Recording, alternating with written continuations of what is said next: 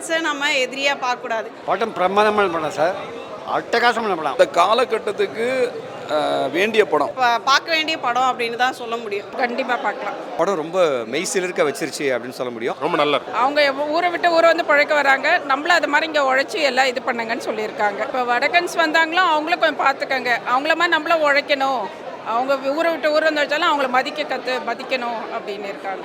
யாரும் இல்லைன்ட்டு அவங்க நினைக்கக்கூடாது, நம்மளும் எல்லாரும் ஒத்துமையாக எல்லாரும் ஒரு பிரதர் சிஸ்டர்ஸாக பழகணும், அது மாதிரி ஒரு இது இருக்காங்க. அவங்கள கஷ்டப்படக்கூடாது யாரும் இல்லைன்ட்டு. படம் ரயில் வந்து ரொம்ப நல்லா இருக்கு.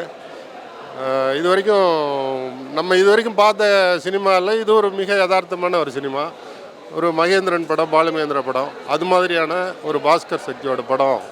இனிமேல் அது ஒரு ஸ்டைலாக உருவாகிருக்கிற மாதிரி இருக்குது. ரொம்ப யதார்த்தமாக ரொம்ப நல்லா இருக்குது கதை. உண்மையாக இங்கே நமக்கு தமிழ்நாட்டில் நார்த் இந்தியன் அப்படிங்கிற ஒரு விஷயம் தான் இருக்குது. எல்லாருக்குள்ளாரையும் அந்த எண்ணம் இருக்குது. ஏன்னா ஒரு ரேஷன் கடையில் கூட நம்ம நார்த் இந்தியன் ஒர்க் பண்ணுற மாதிரியான ஒரு சூழல் இருக்குது. அப்போ என்னடா இது அவங்க உலகத்தில் நம்ம இருக்கிறோமோ அப்படிங்கிற மாதிரி எண்ணத்தில் தமிழ்நாடு இருக்குது அப்படிங்கிற எண்ணத்தில் எல்லாருக்குமே இருக்குது. ஆனால் அதை வந்து நியாயப்படுத்தி எல்லாருமே நம்ம வந்து பிழைக்கிறதுக்காக ஒரு ஊர் விட்டு போகிறதுங்கிறது மிக யதார்த்தம், இயல்பு. அதனால் இதை வந்து வேறு கண்ணோட்டத்தோடு நம்ம பார்க்காம எல்லாரையும் ஏற்றுக்கிட்டு பழகி அன்போட வாழணும். இல்லை, தமிழ்நாடு இதை வந்து இங்கே இருக்கிற இன்னைக்கு காரணம் இதுதான். அதனால் அதை கையில் எடுத்துக்கிட்டு ஒட்டுமொத்த பூமிக்குமே நம்ம வந்து பிழைக்கிறதுக்காக தான் வந்திருக்கோம், ஒட்டுமொத்த மனிதர்களுமே. அதனால் யாரையும் பிரித்து பார்க்க வேண்டிய அவசியம் இல்லைங்கிற ஒரு அற்புதமான கருத்தை வந்து சொல்லியிருக்காங்க. நல்லா இருக்கு. படம் ரொம்ப ஸ்லோவாக தான் இருக்குது. இது இன்ட்ரெஸ்டிங்காக சொல்லியிருந்தா இன்னும் போய் சேர்ந்துருக்கும் இன்னும் படம். ஆனால் ரொம்ப ஸ்லோவாக தான் இருக்குது படம். ஒரே ஒரு சாங்கு ரொம்ப அற்புதமாக பண்ணியிருக்காங்க. அவங்க அந்த ஜனனி அவங்க வந்து படத்துக்கு ரொம்ப பக்கபலமாக இருந்திருக்காங்க. அந்த படத்தில் அந்த ஒரு பாடலுங்கிறது அவ்வளோ ஜீவனாக இருக்குது. ரயில்னு டைட்டில் ஃபஸ்ட்டு வடக்கன்னு வச்சுருந்தாங்க, இப்போ ரயில்னு மாற்றிருக்காங்க. ஆனால் கான்செப்ட் ஒன்றும் மாற்றம் கிடையாது. வட இந்தியக்காரனை பற்றி ஒரு தப்பான அபிப்பிராயம் இங்கே இருக்குது.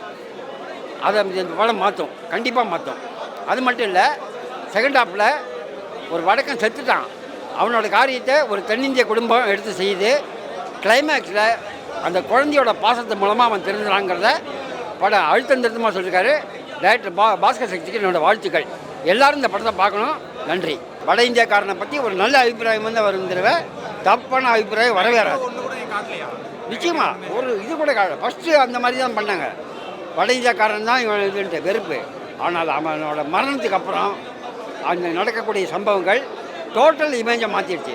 இனி வட இந்தியாக்காரனை தப்பாக யாருமே பார்க்க மாட்டாங்க, அவனை ஒரு சகோதரன் தான் பார்ப்பாங்க. அதுக்கு இந்த படம் ஒரு மிகப்பெரிய இது.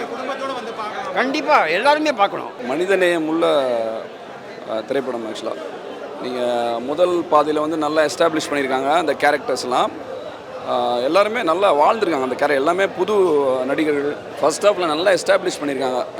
அதாவது எப்போ வந்து நம்ம எல்லாமே வந்து வட இந்தியர்கள்லாம் வந்து நம்ம இங்கே இருக்க வேலையெல்லாம் எடுத்துக்கிறான்னு நினைக்கிறாங்களே, அது கிடையாது. அது நல்லா காட்டியிருக்காங்க. ஏன் வந்து அந்த நம்ம வேலையை நம்ம தக்க வச்சுக்கலாம், நம்ம ஒழுங்காக பார்த்தா தக்க வச்சுக்கலாம், வர்றவங்களை வந்து ஒரு போட்டியாக நினைக்க வேண்டாம் அப்படின்னு நல்லா எடுத்து காட்டியிருக்காங்க ஆக்சுவலாக.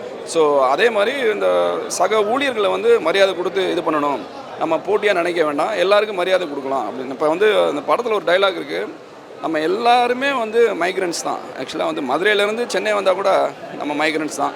அதே மாதிரி இங்கே இந்தியாவிலேருந்து துபாய் போனாலும் மைக்ரண்ட்ஸ் தான். எங்கே போனாலும் அந்த மாதிரி போட்டியாக நினைக்கக்கூடாது. அதை வந்து ஒரு கேரக்டர் மூலமாக நல்லா அருமையாக விளக்கியிருக்காங்க. அது வந்து எனக்கு இந்த படம் பார்த்ததுக்கப்புறம் கண்டிப்பாக வந்துட்டு நம்ம வந்து வட இந்தியர்கள் இல்லை, வேறு ஸ்டேட்காரங்க வந்து இங்கே வேலை பார்க்குறது ஒன்றும் எல்லோரும் ஒரு மரியாதை கொடுப்போம்னு எனக்கு தோணுது. ஒரு அருமையான படம். மலையாள படங்களை நம்ம ஊக்குவிக்கும் போது இந்த மாதிரி படங்களை நம்ம தமிழ்லையும் இது பண்ணோம், அப்போ தான் நல்ல படங்கள்லாம் வரும். செகண்ட் ஹாஃப் நல்லா இருக்குது, ஃபர்ஸ்ட் ஹாஃப் கொஞ்சம் ஸ்லோவாக போகுது, மற்றபடி ஒன்றும் இல்லை. வடக்கனாக வரவங்கள நார்மலாக பாருங்கள், ஐ மீன் வெளிநாட்டிலேருந்து வரவங்கள நார்மலாக பாருங்கள், புதுசாக பார்க்காதீங்க அப்படின்னு சொல்ல வராங்க. அவருக்கு சின்ன பட்ஜெட் பெரிய பட்ஜெட்டில் ஆஸ் யூஷுவல் ஒர்க்கு தான் அவரோடது. அவர் என்ன பண்ணியிருக்காரோ ஒளிப்பதிவு ரொம்ப நல்லாயிருக்கு, மியூசிக் ஆல்சோ நல்லாயிருக்கு, நல்ல ரைட் சாய்ஸ். அந்த ஹீரோயின் அந்த வடக்கன் கேரக்டர் பண்ணவங்க எல்லாருமே நல்லா பண்ணியிருக்காங்க. அவங்கள ரைட்டான சாய்ஸ் அவங்க ரெண்டு பேருமே. அவங்க வடக்கனாக இருந்தாலும் அவங்க வந்து அவங்களுக்குள்ள ஒரு ஒற்றுமை ஏன் இருக்கணும் அப்படின்றதும், நம்ம தமிழர் என்ன தப்பு பண்ணுறோம் அது மெயினாக காமிச்சிருக்காங்க. வாங்குகிற மாமனார் வீட்டில் கொடுக்குற காசு, பொண்டாட்டியோட நகை எல்லாத்தையும் கொண்டு போய் சம்பாதிக்கிற காசெல்லாம் எடுத்துகிட்டு போய் சரக்கு வாங்கிட்டு போய் எந்த நேரமும் ஏரிக்கரையில் தண்ணி அடிச்சிட்டு இருந்தா எப்படி இல்லை? நம்ம கிராமத்தில் எப்படி பிரம்மாண்டம் இருக்கும்ல, கிராமத்தில் எப்படி இருக்கோ அப்படியே அப்படியே ஒரு வீட்டுக்குள்ளே சத்யஜித் ரே சார் படம்லாம் எப்படி இருக்கும், வீட்டுக்குள்ளேயே போய் எடுத்தா மாதிரி இருக்குது. மெயினாக என்டர்டெயின்மெண்ட்டாக இருக்குது, போரிங்காக இல்லை. இல்லை இது நாவல் மாதிரி இல்லை, ஒவ்வொருத்தருடைய ரசனை ஒவ்வொரு மாதிரி. நீங்கள் ஃபுல்லாமே பேய் படமே போட்டுட்டு இருந்தா அப்போ நீங்கள் எப்போ தான் நீங்கள் வந்து ஒரு ரியல் சினிமா எப்படி பார்த்துப்பீங்க? இதுதான் உங்களுக்கு வந்து ரியலான சினிமா, உண்மையான சினிமா இதுதான். நம்ம தமிழர்கள் வந்து எங்கே தப்பு பண்ணுறோம்? பணத்தை எடுத்துகிட்டு போய் சாராயம் வாங்கி வாங்கி குடிக்கக்கூடாது, ஓகேங்களா? நம்ம வடக்கன் வந்தேரி ஹிந்திக்காரன் திட்டுறோம், அவங்க பானிபூரின்னு திட்டுறோம், நம்ம வடை சாப்பிட்றோம், அவங்க வந்து பானிபூரி. ஆனால் அவங்க வந்து சம்பாரித்து வீட்டுக்கு அனுப்புகிறாங்க. ஸோ அது நல்லா இருக்குது கான்செப்ட். படம் ரொம்பவே ரயில் திரைப்படம் வந்து ரொம்பவே அருமையாக இருந்தது. அதாவது ரயில் அப்படின்னா நம்மளுக்கு தெரிகிறது வந்து என்னென்னா வடக்கன்ஸ் அதிகமாக இருப்பாங்க அப்படின்றது. அதே போல் இந்த படம் பார்க்குறதுக்கு முன்னாடி வரைக்கும் வடக்கன்ஸ் அப்படின்னாவே ஒரு வெறுப்பு இருக்கும். இவனுங்கெல்லாம் என்ன எங்கே பார்த்தாலும் சுற்றுறானுங்க, பேல்பூரி பானிபூரி எல்லாம் விற்கிறானுங்க அப்படின்ற மாதிரி ஒரு கான்செப்ட் இருக்கும். ஆனால் இந்த படம் பார்த்ததுக்கப்புறம் அவனுக்கும் ஒரு ஃபேமிலி இருக்குது, குழந்தைங்க இருக்குது, எல்லாத்தையும் கடந்து தான் அவன் வந்து வேலை செய்கிறான். இப்போ நம்ம சொந்த பந்தங்கள் எப்படி துபாய் போயிட்டு வேலை செய்கிறாங்களோ அந்த மாதிரி தான் அவனும் ஒரு தினக்கூலியாக தான் வராங்க.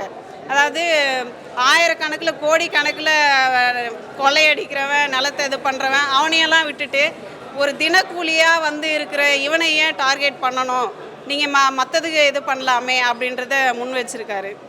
சாங்ஸ் செகண்ட் ஹாஃபில் சாங்ஸ் இருந்ததுங்க சார், ரொம்ப அழுகுற அளவுக்கு தான் இருந்தது. இப்போ அந்த வடக்கன்ஸ் சுனில் அப்படி கேரக்டர் வந்து ஒரு கொஞ்சம் தான் ஒரு நடிச்சிருக்காரு. ஆனால் அவருடைய அந்த இறந்த பிறகு அவர் ஒரு அநாத பணமாக விடாமல் நம்மளுடைய தமிழ் பண்பாட்டு கலாச்சாரப்படி அவளை இறுதிச் சடங்கு பண்ணி காரியம் முடிகிற வரைக்கும் அவருக்கு இது பண்ண வேண்டியதெல்லாம் கரெக்டாக பண்ணது வந்து நம்மளுடைய அந்த பண்பாட்டு கலாச்சாரத்தையும் வெளிப்படுத்துகிற மாதிரி இருந்தது. இல்லை ஹிந்தி திணிக்கிற மாதிரி இல்லை, அவனுக்குள்ளேயும் அந்த தமிழ் உணர்வு இருக்குது. அப்படின்னா அந்த சுனில் கேரக்டர் வந்து தமிழ் பாட்டு பாடுறது, பேசுகிறது, அவன் பாடுறதெல்லாம் நிறைய கான்செப்ட் இது பண்ணியிருக்காங்க. அதாவது அவனுக்குள்ளேயும் எல்லா உணர்வும் இருக்குது, நம்மளுக்கான இதுவும் அவன் மதிக்கிறான் செய்கிறான் அப்படின்றத ஆக்டிங் எல்லாமே ரொம்ப நேச்சுரலாக நடிச்சிருக்காங்க. அதாவது புதுசாக இது இன்ட்ரொடக்ஷன் மாதிரிலாம் இல்லை, எல்லாம் ஒவ்வொருத்தருமே பார்த்தீங்கன்னா ரொம்ப நேச்சுரலாக நடிச்சிருக்காங்க. அதே போல் சிந்திக்க வச்சிருச்சு, கலங்கன குட்டையில் வந்து ஒரு தெளிவை ஏற்படுத்திச்சிருக்கு அப்படின்னு சொல்ல முடியும். ரயில் முன்னாடி வந்து வடக்குன்னு பேர் வச்சுருந்தாங்க. அது படம் பார்க்குறதுக்கு முன்னாடியே பல பேர் வந்து ஒரு தவறான வடக்கன்னா அப்போ வடக்கன்ஸை வந்து எதிர்த்து எதனா பேசியிருப்பாங்களோ, இது வந்து தேவையில்லாத சமூகத்தில் பிரச்சனையை கிளப்பிவிட்டுருமோ அப்படின்றது ஒரு புரிதல் இருந்திருக்கலாம் போல இருக்குது சென்சாருக்கு உட்பட. ஆனால் அப்படி கிடையவே கிடையாது. வடக்கனும் தமிழனும் ஒன்று தான், மலையாளனும் தமிழனும் ஒன்று தான், தெலுங்கனும் தமிழனும் ஒன்று தான் அப்படின்றது எல்லாத்தையும் சொல்கிறாங்க. சிம்பிளாக சொல்லணும்னா இந்த பூமி ஒன்றே ஒன்று தான், அதில் பல நூறு கோடி மக்கள் இருக்கணும். நம்ம இந்த பூமி தாய் அப்படிங்கிறது எல்லாருக்கும் சமம். அவன் இங்கே வந்து வேலை பார்க்குறது, ஹிந்திக்காரன் தமிழ்நாட்டில் வந்து வேலை பார்க்குறது தப்பு அப்படின்னு சொன்னீங்கன்னா, தமிழர்கள் பல நூறு ஆண்டுகளுக்கு முன்பாகவே உலகம் முழுக்க பரவி வேலை செஞ்சுருக்கிறான். சிங்கப்பூரை உருவாக்கியிருக்கிறான், மலேசியாவை உருவாக்கியிருக்கிறான்னு நம்ம சொல்லிக்கிட்டு இருக்கிறோம். வரலாறு உலகம் முழுக்க பரவி கிடக்கிறான்னு சொல்லியிருக்கிறோம். அப்போ அது தப்பாயிடுமா? அது நீ சரின்னா அப்போ இதுவும் சரிதான். ஆனால் எங்கே நமக்கு தெளிவான ஒரு விழிப்புணர்வு இருக்கணும், தெளிவான பாலிடிக்ஸ் நம்ம முன்னெடுக்கணும் அப்படின்னு சொன்னால், எவன் ஹிந்திக்காரனாக இருந்துக்கிட்டோ வேற வெளிநாட்டுக்காரனாக இருந்துக்கிட்டோ தமிழ்நாட்டில் வந்து பல ஆயிரம் கோடி பல லட்சங்களை கோடியை போட்டு நிலத்தையும் வளத்தையும் சுரண்டுறானோ, சூறையாடுறானோ, அழிக்கிறானோ, அவனை எதிர்த்து சண்டை போடு, அவனை எதிர்த்து டார்கெட் பண்ணு, அவனை வேணா இங்கேருந்து விரட்டி விடு. ஆனால் 5க்கும் 10க்கும் கூலிக்காக தமிழ்நாட்டை தேடி வந்து ஒரு வருஷமானா கூட குடும்பத்தை போய் பார்க்காம, புள்ளக்குட்டி பார்க்காம, உடம்பு சரியில்லைனா போய் ஹாஸ்பிட்டலில் பார்க்காம, செத்த பேருக்கு போய் பார்க்கறது, அவ்வளோ கஷ்டத்தை வச்சுக்கிட்டு அவன் 10,000 ரூபாய் கூலிக்கு வந்துக்கிற அவனை போட்டு அடிக்கிறது, உதைக்கிறது, அவனை அந்நியப்படுத்தி பார்க்கறது, அவனை எங்கே வேணாலும் அசால்ட்டாக பண்ணுறது, இதெல்லாம் பண்ணாதீங்க, அவனை நம்மளை மாதிரி கூலிகள் தான் அப்படின்னும் போது இதில் வந்து நம்மளுடைய பொறுப்பின்மையும் கூட சொல்லியிருக்கிறாங்க. நம்ம வந்து குடிச்சுக்கிட்டு சுற்றிக்கிட்டு வேலைக்கு போட்டுக்கிட்டு லீவை போட்டுக்கிட்டு அங்கங்கே சுற்றிக்கிட்டு இப்படி இருந்தோம்னா அடுத்து அந்த வேலைக்கு வரான். நீ பொறுப்பாக இருந்தேன்னா உன் இடத்த யாருமே இங்கே வந்து நீக்க முடியாது, உன் இடத்த வந்து யாருமே வந்து நிரப்ப முடியாது. நீ வந்து பொறுப்பு இல்லாமல் போனேன்னா எல்லாரும் தலை மேலே ஏறி மிதிப்பான். அது ஆட்சியாளர்களுக்கு உட்பட இந்த பொருள் வந்து அழகாக சொல்லியிருக்கிறாங்க. நீ பொறுப்பற்ற ஆட்சி பண்ணலனா, நீ பொறுப்பற்ற முறையில் குடும்பம் நடத்தலைன்னா அடுத்த வந்து டாமினேட் பண்ண தான் செய்வான். நீ உணர்வோடு இரு, நம்ம குடும்பம் நம்ம தமிழ்நாடு ஸ்டேட்டு அப்படின்ற உணர்வோடு இரு, எவனாலும் ஒன்றும் பிடுங்க முடியாது அப்படின்னு சொல்லியிருக்காரு டைரக்டர். படம் ரொம்ப அற்புதமான படம். இப்போ வரக்கூடிய படங்கள் எல்லாமே ரொம்ப வன்முறையான ஒரு படமாக இருக்குது.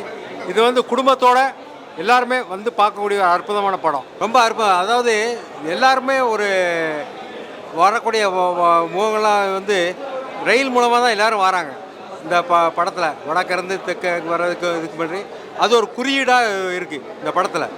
அதனால் இந்த படத்துடைய இதுக்கு இந்த ரயில் பொருத்தமான போய் தான் இல்லை அப்படிங்கிற பாகுபாடு எதுவுமே கிடையாது.